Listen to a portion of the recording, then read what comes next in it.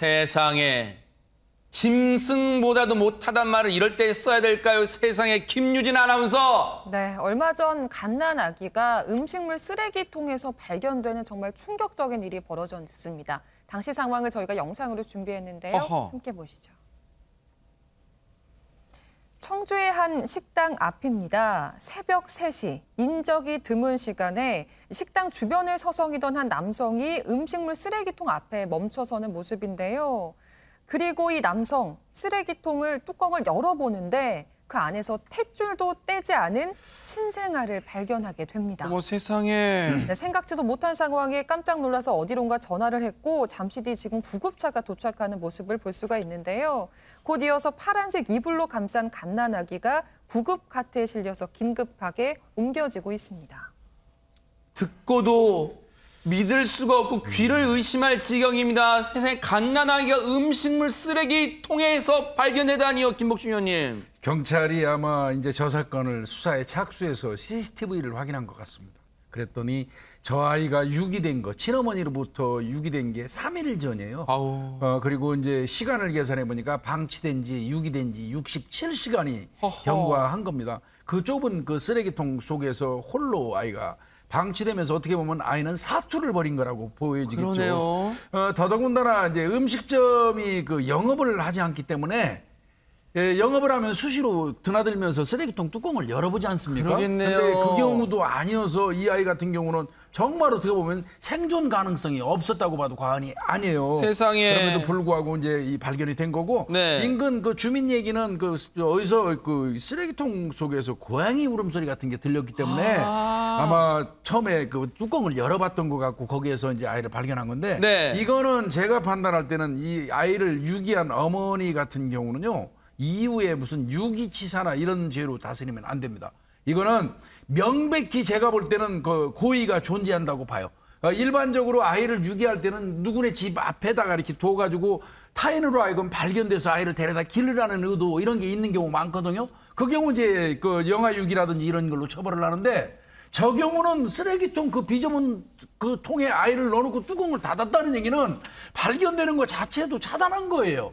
그렇다면 저건 다분히 아이가 죽을 수도 있다는 거를 염두에 둔 거죠. 그러니까요. 뭐 미필적으로라도 고의가 있다고 보기 때문에 저건 명백히 살인이고 영아 살해의 어떤 죄책을 지어야 될 걸로 그러니까 보입니다. 죽음으로 내몬 행위라는 게 거의 명백해 보입니다. 그런데 67시간이면요. 최진모 복 교수님 거의 사흘이나 마찬가지입니다. 3일. 아니 저 어린아이가 그 사흘이나 지금 김복주님 잘 말씀하셨는데 저 안에서 갇혀서 얼마나 힘들고 두렵고 그랬겠습니까? 정말 있는 힘을 다해서 울었을 거예요. 나 좀 구해달라고. 맞아요. 그러지 않겠습니까? 말은 못하지만 살려달라고 엄청 울었을 거예요. 그러니까 탯줄도 떼지 않은 신생아를 어떻게 67시간이나 가둬놓을 수 있습니까? 세상에. 저 엄마라는 사람은 사람이 아니에요. 저는 그렇게 보이고요. 네. 이게 문제가 되는 게 주택가에 음식물 쓰레기 담아놓는 통은 매일 수거를 하지만 여기에 지금 배치된 건 매일 수거를 안 한 거예요. 아하. 그러니까 67시간 동안 방치가 된 거죠. 네. 만약에 미리 수거했으면 이런 일이 안 일어났을 텐데. 그래서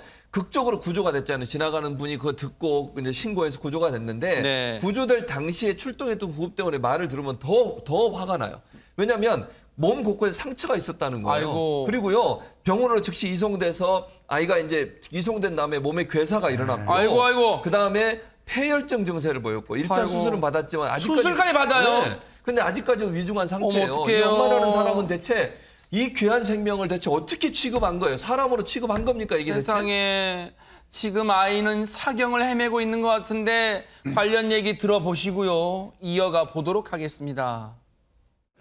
이송됐을 당시는 이제 피부에 상처가 있는데 워낙에 오염이 심하고 해서 관리를 아주 심각하게 해야 될 상황이었습니다. 지금도 염증 수치는 계속 높은 상태고 한번 수술로 거쳐서 좀 오염된 상처들을 좀 조절을 하긴 했는데 워낙에 심하기 때문에 좀 앞으로 좀 지켜보고 추후에 한두 번 더 수술이 필요하거나 더 많은 치료 과정이 필요할 수도 있겠습니다. 세상에 저 탯줄도 자르지 않은 아이를 음식물 쓰레기통에 유기한 친모. 정말 사람입니까? 사람이에요? 양지민 변호사님. 네, 일단은 경찰이 CCTV를 통해서 누가 저 아이를 저렇게 유기를 했는지를 찾아냈습니다. 바로 친모였는데요. 일단 친모로 범인이 특정이 되고 다음 날 오전에 친모를 검거를 했고요.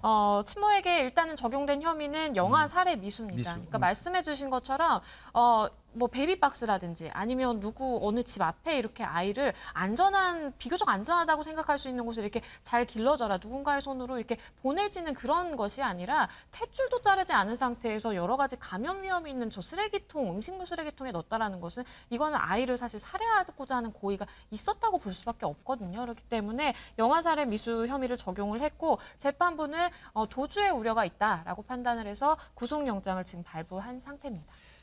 지난 23일 구속 전 피의자 신분 이른바 영장 심사를 받으러 출석하는 친모의 모습 보시고 이어가 보도록 하겠습니다. 아니 언제 유기하셨어요? 아니 왜 유기하셨어요? 쓰레기통에 버리신 거 맞으세요? 혐의 인정하세요?